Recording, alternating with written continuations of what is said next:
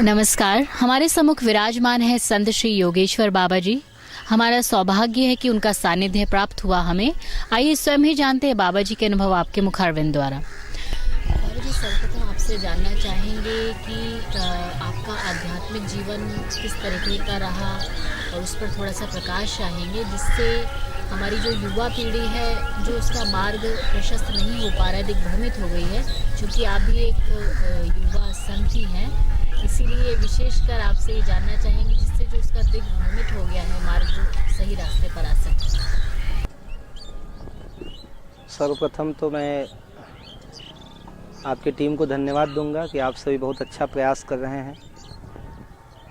शिव बाबा के पावन संदेश के साथ साथ संतों के संदेश को भी समाज के बीच में ले जाने का प्रयास आप लोगों का। आपने एक बात कही, युवा पीढ़ी दिग्भ्रमित हो रही है, तो सबसे पहली बात तो मैं खुद एक युवा संत हूँ, तो आपने मेरी पीढ़ी को दिग्भ्रमित कहा है। तो एक ऐसा है, देखिए भ्रमित तो कोई नहीं है, लेकिन यह है कि सभी ने एक अपना अपना रास्ता चुन लिया है और शायद जिस रास्ते में वो चल रहे हैं, जहाँ उनको प्रॉफिट मिल रहा है जिस ढंग से भी, तो वो समझते हैं कि यही सत्य है। अब ये विभिन्न प्रकार के जो रास्ते हैं, इनमें कौन सा रास्ता सच्चा है ये जानना आवश्यक है, तो सारा भ्रम मिट जाएगा।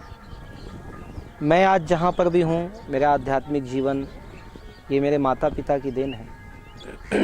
मैं कोई भ्रमित होकर भागा नहीं हूँ या भ्रमित होकर के इस वेश में या इस मार्ग में नहीं आया हूँ। एक कहें कि प्लानिंग, और प्लानिंग के साथ जो काम किया जाता है वो ज़्यादा सक्सेसफुल होता है, और उसको मैं आज देख भी रहा हूँ। मेरे माता पिता ने 8 साल की उम्र में मुझे गुरुदेव के चरणों में सौंपा और गुरुदेव ने मुझे इस योग्य बनाया कि मैं आध्यात्मिक क्षेत्र में स्वयं का उन्नति कर सकूं और सबको विकास और उन्नति के रास्ते तक ले जा सकूं आध्यात्मिक के क्षेत्र में। तो युवाओं के लिए तो कोई ऐसा विशेष संदेश मैं नहीं दूंगा, लेकिन ये ज़रूर मैं चाहूँगा कि आज विभिन्न प्रकार के जो एक कहते हैं भौतिकता में युवा पीढ़ी जा रहा है, लेकिन कहीं कहीं धार्मिकता भी खतरनाक होते जा रही है, तो उससे ही बचें, अंधश्रद्धा या अंधभक्ति से बचें, अपने विवेक का इस्तेमाल करें, वैज्ञानिक पहलुओं पर ध्यान दे करके किसी भी पूजा पाठ, उपासना, भजन ये सब को किया करें, क्योंकि सब चीज़ों के वैज्ञानिक अर्थ हैं, सब चीज़ों का एक विज्ञान है। उस विज्ञान को यदि नहीं समझेंगे तो जीवन भर करने के बाद भी हमको उसका कोई फल मिलने वाला नहीं। महाराज जी, आपसे जानना चाहेंगे कि जिस तरीके से महाकुंभ की नगरी प्रयाग में दूर दूर से देश विदेश से लोग आते हैं, तृप्ति का अनुभव करते हैं, तो एक तरीके से यहाँ पर लगता है वसुधैव कुटुंबकम की भावना जो है सबल होती हुई नज़र आती है, क्योंकि यहाँ पर भिन्न संप्रदाय और भिन्न संस्कारों से लोग आए हैं। पूरे विश्व से लोग आते हैं, पूरे विश्व से संत आते हैं, भक्त आते हैं, यात्री आते हैं। बहुत लोग तो कुंभ के महत्व को जान के आते हैं, बहुत लोग तो केवल कुंभ को जान के आते हैं, कुंभ का महत्व से भी उनको मतलब नहीं। पूरे विश्व से लोग आते हैं, पूरे विश्व से संत आते हैं, भक्त आते हैं, यात्री आते हैं। बहुत लोग तो कुंभ के महत्व को जान के आते हैं, बहुत लोग तो केवल कुंभ को जान के आते हैं, कुंभ का महत्व से भी उनको मतलब नहीं होता है। उनके दृष्टि में यह है कि भाई कुंभ है, और इस कुंभ के पूरे आयोजन को उन लोग एक धार्मिक आयोजन के रूप में देखते हैं। अब वसुधैव कुटुंबकम की जहाँ तक बात करें, तो देखिए कुंभ में आने मात्र से वसुधैव कुटुंबकम पूर्ण नहीं होगा, बल्कि ये होना चाहिए कि जो हम यहाँ से जाएं, तो जो संदेश हम यहाँ से लेके जा रहे हैं उसको अपने समाज में, परिवार में, यहाँ तो एक कैंप में रहना है तो एक साथ खाना पड़ेगा, एक साथ रहना पड़ेगा, ये हमारी मजबूरी भी हो सकती है, हम लोग उसको एडजस्ट कर रहे हैं, ऐसा हो जाता है, मैनेज कर रहे हैं। लेकिन ऐसा नहीं है, परिवार में जाने के बाद फिर हम बिखर जाते हैं, फिर हम बट जाते हैं। तो पूरी जो व्यवस्था है, कुंभ की जो व्यवस्था है, वो परिवार और समाज को लेकर के वहाँ जाने के बाद वैसा हम जिएँ, वहाँ पर हम वसुधैव कुटुंबकम की स्थापना करें, तब कहीं जा कर के कुंभ की जो अवधारणा है वो पूर्ण रूपेण सफल होगी। और एक बात और छोटी सी कहना चाहूँगा कि देखिए, जो हम संत हैं, संत समाज या कोई संस्थागत लोग हैं, आप एक अलग संस्था से जुड़े हैं, मैं एक अलग संस्था से जुड़ा हूँ, तो अपने अपने संस्था, समिति, संप्रदाय, पंथ, मजहब, इनसे हम जुड़े हुए हैं। तो सबसे पहले तो हम लोगों में सहकार, एक जो सामूहिकता की भावना है, जो आपने कहा वसुधैव कुटुंबकम, हम में आना चाहिए। हम लोग बहुत भेद में बढ़ चुके हैं। हम एक पिता के संतान होने के बाद भी अपने अपने को अलग अलग इतनी जाति बिरादरी में बांट चुके हैं कि हम समाज को जो एकता का संदेश देते हैं वो समाज सुनता तो है, लेकिन उनको समझ में नहीं आ रहा है, क्योंकि हमारे पास ही नहीं है वो एकता, वो सामूहिकता। तो पहले जो हम कहने वाले वो एक बने और सुनने वाले यहाँ एक ना बने, यहाँ एक ना बने। यहाँ से जाने के बाद जहाँ वो हैं वहाँ उस भावना का संचार करें, तो संभवतः हमारा जो अभियान है वो पूर्ण रूपेण सफल हो जाएगा।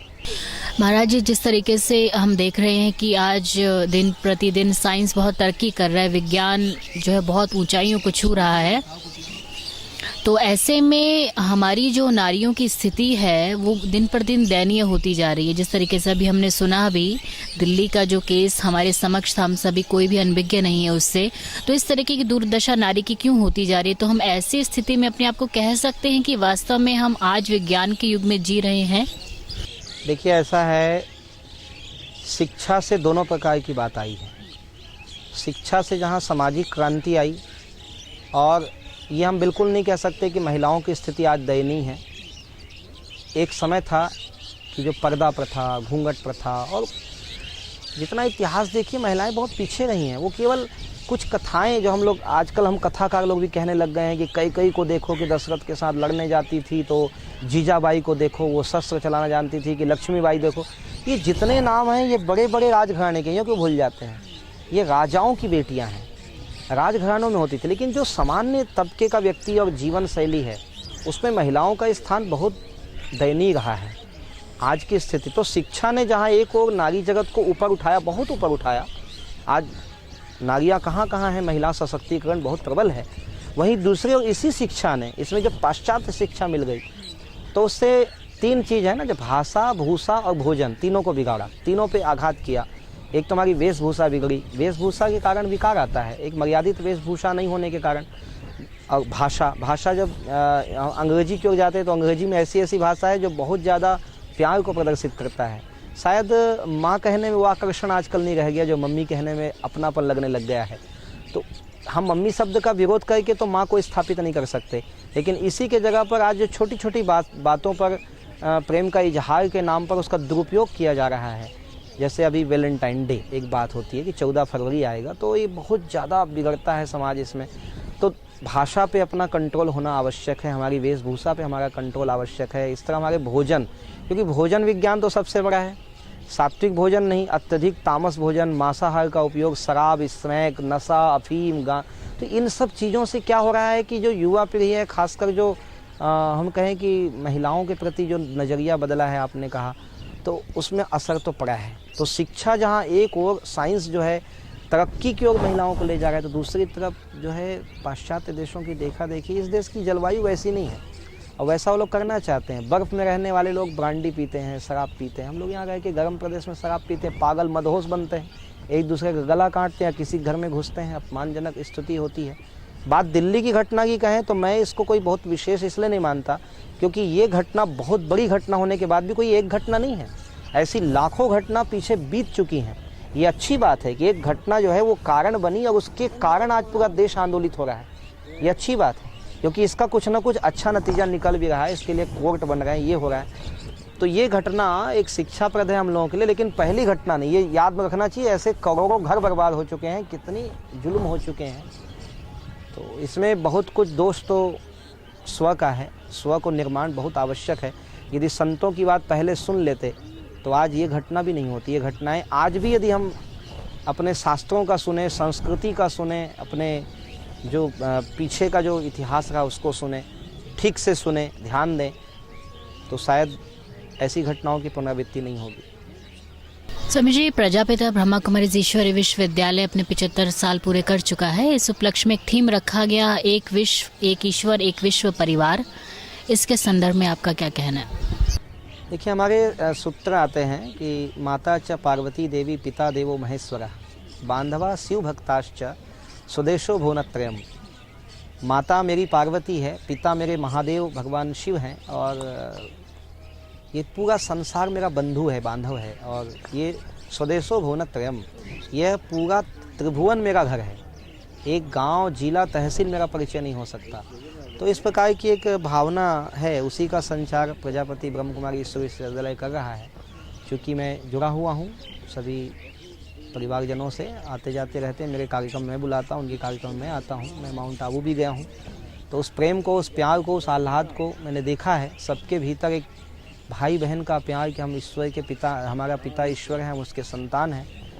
तो मैं एक शुभकामना ही प्रेषित करना चाहूँगा इस पूरे परिवार के लिए, जो मेरा ही परिवार है, कि आप अपने लक्ष्य पे पूरी तरह से आप लोगों को सफलता मिले और हम सब आपके साथ हैं। पूरा वसुधैव कुटुंबकम की जो भावना है, जहाँ हम हैं वहाँ तो करना ही चाहिए। जहाँ हम हैं अपना परिवार, अपने घर से प्रारंभ करें, फिर अपने क्षेत्र के बाद फिर पूरा देश आएगा। यदि हम अपने जहाँ है वहाँ नहीं, अपने क्षेत्र में नहीं, तो फिर देश में भी हम कुछ नहीं कर पाएंगे। तो ये राष्ट्रीय आंदोलन तो है, लेकिन राष्ट्रीय आंदोलन को शुरुआत करने के लिए एक पारिवारिक आंदोलन के रूप में इसको लेना चाहिए।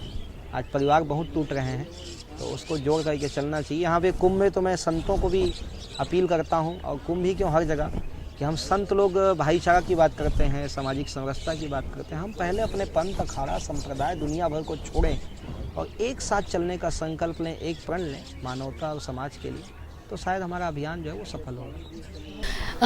महाराज जी, अंत में आपका अपने श्रोताओं, श्रद्धालुओं के लिए शांत युक्त और हमारे प्रिय समाज के लिए आपका संदेश चाहिए। देखिए, अच्छे समाज के लिए तो कोई संदेश होता ही नहीं है। अच्छे समाज के लिए तो यही संदेश होता है कि हम अच्छे हैं, आप अच्छे रहें, और प्रभु से कामना करते हैं कि आप सब अच्छे रहें। लेकिन फिर भी ये चाहूँगा, एक बहुत अच्छा सूत्र दिया गया है, एक बने नेक बने। क्या होता है, कभी कभी हम एक तो बन जाते हैं लेकिन नेक नहीं बन पाते। गलत काम करने के लिए एक बनते हैं। चलिए चोरी करने के लिए हम एकजुट हो जाएं, चलिए हम किसी की निंदा करने के लिए, गप मारने के लिए एक हो जाएं। एक बनना, वो भी नेक काम के लिए, एक भी बने और नेक भी बने। कभी कभी हम नेक बन जाते हैं लेकिन एक नहीं बन पाते। तो बहुत सारे लोग नेक हैं, लेकिन क्या फ़ायदा, हम एक ही नहीं है। वो अपनी जगह से बोलता है, मैं अपनी जगह से बोलता हूँ, आप अपनी जगह से बोलते हैं।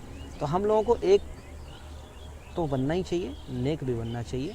तो शायद समाज जो है वो और अधिक विकास करेगा। जितना हम बटेंगे उतना घटेंगे, जितना जुड़ेंगे उतना बढ़ेंगे। बहुत बहुत धन्यवाद महाराज जी, आपका आपने इतना अमूल्य समय हमें दिया। हम अपनी पूरी टीम की तरफ से आपका बहुत बहुत आभार व्यक्त करते हैं। बहुत अच्छा कहा महाराज जी ने, एक तो हम सभी बनते हैं, परंतु नेक बनना भी उतना ही आवश्यक है। अभी इजाज़त लेते हैं, अगले कड़ी के लिए आपसे फिर मिलेंगे। तब तक के लिए नमस्कार, ओम शांति।